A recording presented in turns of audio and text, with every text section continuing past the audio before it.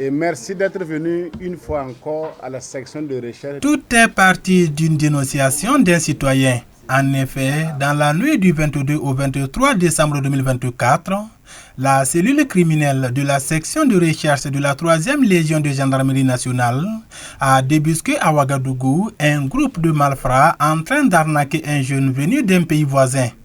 La collaboration avec ces derniers a permis d'interpeller 14 chefs de cette arnaque de 7 nationalités différentes. L'interpellation de ces présumés auteurs d'escroquerie utilisant le canal QNet a permis de libérer 160 jeunes de diverses nationalités également, âgés de 17 à 25 ans, qui ont été remis à leurs parents ou à leur consulat. La gendarmerie nationale a présenté à la presse ce matin cette bande d'escrocs et leurs méthodes. Le mode opératoire de ces délinquants est la suivante. Utilisant les canaux des réseaux sociaux tels que Facebook, WhatsApp, Instagram et autres, ils font miroiter à leurs frères restés au pays, leurs frères et sœurs, puis il y a des femmes qui ont été victimes également, l'existence d'un centre de football où on peut avoir facilement des contrats JT en Europe, au bout de 6 mois seulement. Voilà. Pour le canal du football, ils vont jusqu'à aller prendre des images des stades équipés, des salles de gymnastique bien sophistiquées, et on envoie aux victimes. Les victimes arrivent aussi à convaincre leurs parents.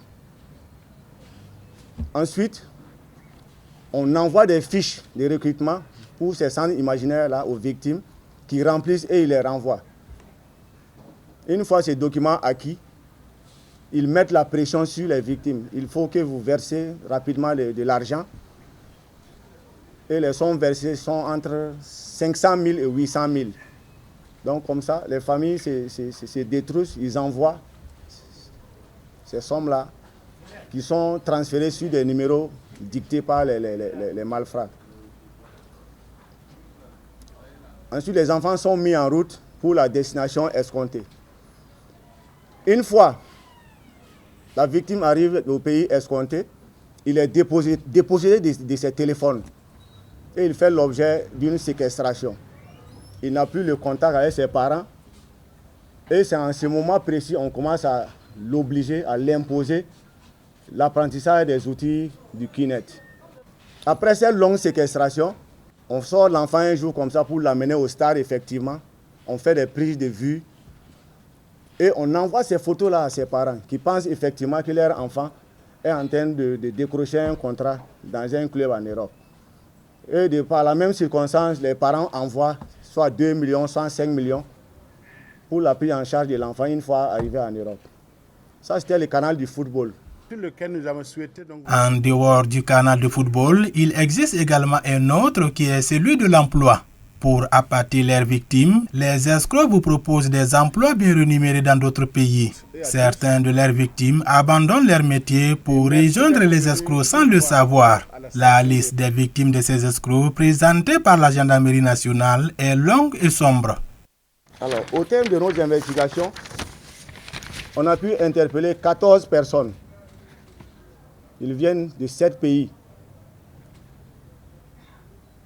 La même circonstance, 160 jeunes africains âgés de 17 à 25 ans. Ils sont jeunes. Parmi eux, il y a des femmes, une trentaine de femmes. Il y avait des filles même qui avaient des enfants, des filles mères. Ils ont abandonné leur foyer, sont venus rester dans cette misère-là. Près de 80 millions en moyenne, je dis bien en moyenne, parce que si on prend sur la moyenne 500 000 francs, facilement, on a 80 millions de francs que ces escrocs ont empochés. Ce chiffre peut s'améliorer par ici, on prend en compte les familles qui ont envoyé les surplus de 2 millions et 5 millions.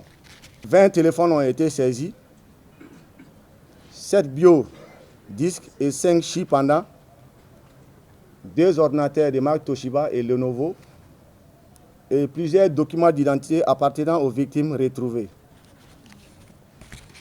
Divers documents, fiches d'inscription, certificats d'identité et de résidence saisis. Les faits ci-dessus constitutifs des infractions telles que l'escroquerie, la séquestration, la complicité d'escroquerie sont des actes qui sont punis selon nos textes en vigueur au pays ici. Ainsi, les personnes soupçonnées seront conduites devant Monsieur le procureur du Faso, devant les grandes instances de Ouaga 1, pour répondre de leurs actes. Les nationalités, il n'y a pas un secret à cela. Ainsi donc, la gendarmerie nationale appelle l'attention de la population sur les risques élevés liés à l'aventure, aux jeunes d'éviter les opportunités d'embauche faciles et de prendre conscience qu'on peut réussir chez soi. La gendarmerie nationale invite également la population à faire confiance aux forces de défense et de sécurité en dénonçant tout cas suspect qu'elles auraient constaté dans leur milieu de vie.